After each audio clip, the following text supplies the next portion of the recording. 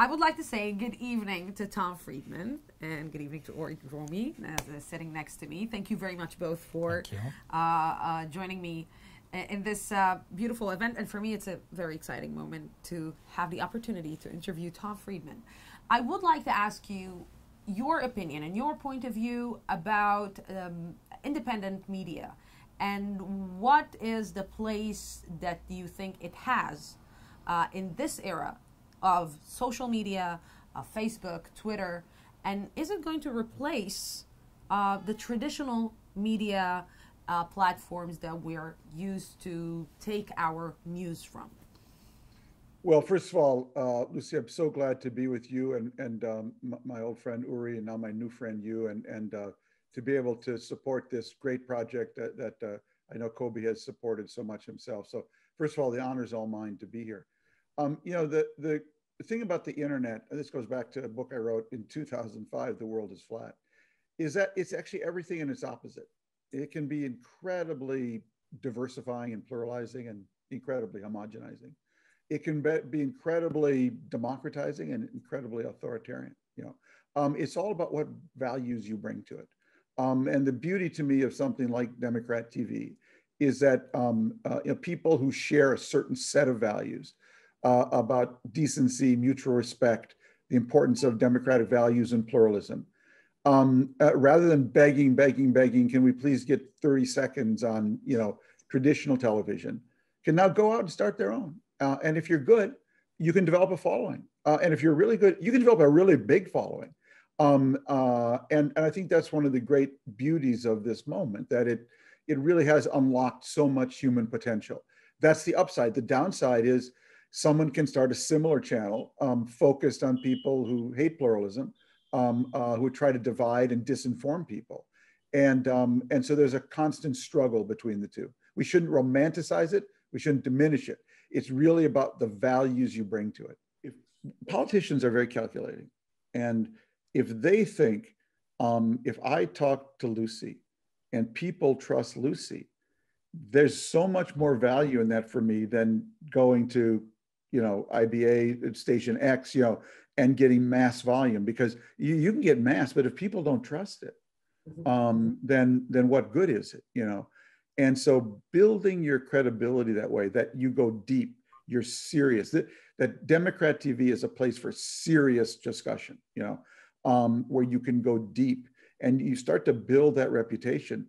You know, politicians will be calling you because now, you know, if I do a great 15-minute as a politician conversation on DemocraTV, I can now splice it out, send it out, Twitter, Facebook, you know, wherever. And so that's why I would focus not so much on your numbers, but on the quality of what you do and building that reputation. This is a place for serious conversation, right, left, or center, you know, but you come here and journalism is going to happen here, not entertainment. And that's why I will tell you, this is God's truth. I've never looked at Twitter. I don't know what it looks like, because I didn't go into this business in order to be looking over my shoulder. I don't care about Twitter any more than I care about a guy who drives up to me at a stoplight, you know, rolls down his window and screams, "Friedman, you suck." Okay. All right. That's, to me, you know, from what I know of Twitter, that's sort of what it's about. I didn't come into this business to be looking over my shoulder. Okay. Now I use Twitter. I have almost 1 million Twitter followers to broadcast my columns. And if Uri comes to me and says, "Tom, would you tweet about Dream TV?" I will do that. You know, I just put on Twitter this morning for a friend of mine. But I've written about 5 tweets in my life, and I don't know how to do it, so my assistant does it, and I don't even know my password. Okay, so but that's because I'm here to engage, you know, with you. I'm not here being a columnist and being a journalist. This is not a friend growth industry. I'm not in a friend growth business. And if you don't like me, I don't care. Okay, and I'm not here to be popular. I'm here to try to be as true as I can to the story, as objective in the way I see it, that tension between understanding and disinterest, and build as much trust that way. And what I fear for the new generation of journalists coming up, they just live on Twitter. And that's really scary. That's a sign of the apocalypse. Tom, Trump is gone, Bibi is gone for the time being. And it seems like media or press in both countries are not as threatened as before, are they? Well, we've discovered a few things just in the past few days, Uri, about what Trump was doing in terms of trying to basically not wiretap, but get into the email conversations of American journalists who were covering him to trace leaks, and even his own legal advisor.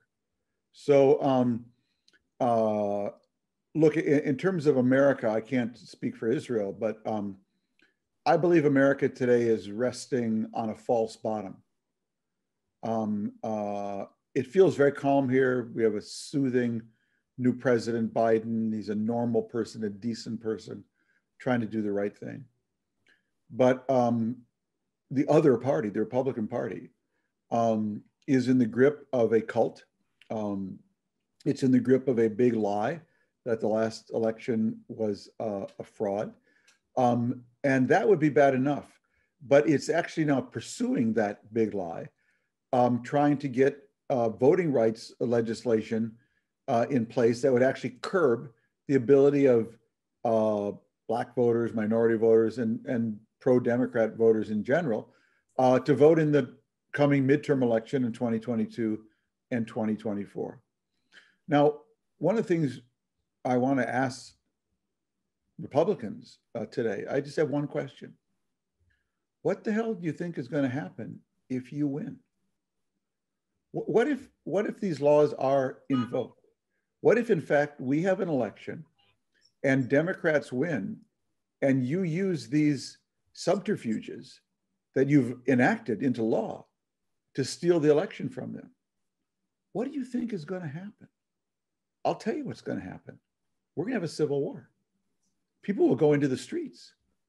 The Democrats aren't going to sit there and say, oh, you guys changed the law, and so we got our guys elected, but you were able to nullify that. No problem. No, it's the law. No.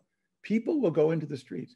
We have never been closer to civil war in America than we are right now. Can't we also blame the media for reaching to that point? Because, we can blame Donald Trump and we can blame Benjamin Netanyahu and the way that they handled the media in the last few years. But, the media has a huge chunk on taking the blame on things that happen here. Because when I'm looking at the media in the United States, for example, and I'm watching CNN or Fox News, I'm watching the anchors and the journalists on CNN, and I'm saying to myself, okay, I would like to see a variety of opinions among the anchors and journalists in CNN. I cannot find it. And I would like to find the variety on Fox News. I cannot find it either. So I have to see Fox News and CNN in order to maybe get the entire picture of what is happening in the United States. And my question is, maybe we also need to take the blame on what is happening here. And maybe we've been also a little bit patronizing the other side by not giving it the proper stage that it should take and say, okay, this is the entire picture. And it's not only my point of view or my position from the way that I'm seeing and watching things. Well, it's a very important question, Lucy, because I have a problem like now going on some of these shows, because you go on and the host, person who did your job, sometimes starts with a 15-minute monologue attacking Donald Trump. And then the throw to you is, so Tom, just how bad do you think Donald Trump is? Well, excuse me, but I would just like to say whatever I think. And if I want to agree with Trump, I'll agree with him. I think it's safe to say probably the biggest supporter of the UAE, Bahrain, Sudan, Morocco, a peace deal with Israel. It's just a good thing. It's the more the Middle East looks like the European Union and less like the Syrian civil war, that's a good thing. So I wrote that. I wrote that. I got criticized by a lot of people. Trump actually called me up. He called me on the phone. We know each other, and he said, "I can't believe the New York Times let you say that." I said, "Donald, I can say whatever I want, and when you do the right thing, I'll support you." And by the way, that builds huge trust, with the other side. Then they can't dismiss you so easily, these people on the left, they wrote, "Oh, this deal, it was just a arms deal for the UAE. It was, greased with arms." Oh, really? Oh, no, no, no. They didn't sell arms as part of this deal. Have you ever heard of the Jordan-Israel peace agreement and the plane called the F-16? Have you ever heard of Egypt-Israel peace agreement and $3 billion a year for I don't know how long in military sales? Oh, no, no. They didn't grease it with arms. Welcome, boys and girls, to the real Middle East. In the Middle East, you get big change when the big players do the right thing for the wrong reasons. If you wait for everyone to do the right thing for the right reasons, you wait forever. But once they do them, like this National Unity Coalition in Israel, you could say they did the right thing for the wrong reason, just to get rid of Netanyahu. Yeah. But once you start, and once you bring an Israeli Arab Islamist party in, and once that party is interacting every day, and Israelis see that with a national religious, pro-settler party, who knows what's going to happen? Who knows? Things can just start to evolve, and you just never know. You hire an Israeli Arab TV broadcaster, and one day, you're listening to her, and suddenly you're thinking, wow, this lady makes sense. I got to really rethink, where I'm going here. And so everyone wants everyone to do the right thing for the right reason. I wish it always happened that way, but it doesn't always happen that way. And so the media, look, everybody's chasing clicks, and so I don't want to name names, but they're just people who, to me, have completely lost their minds, in terms of the things they express as hosts. And I try to, because I like to use certain medium to get my message across. I don't mean use them in a negative sense, because I get asked to be on all these shows, but I try to, I can reach a different audience. That's very important to me, especially during the pandemic. But it got very uncomfortable for me sometimes, because I don't need you to ask me leading questions. And if I want to be pro-Trump, because look, my view of Trump on China is Donald Trump was not the American president Americans deserved, but he was the American president China deserved.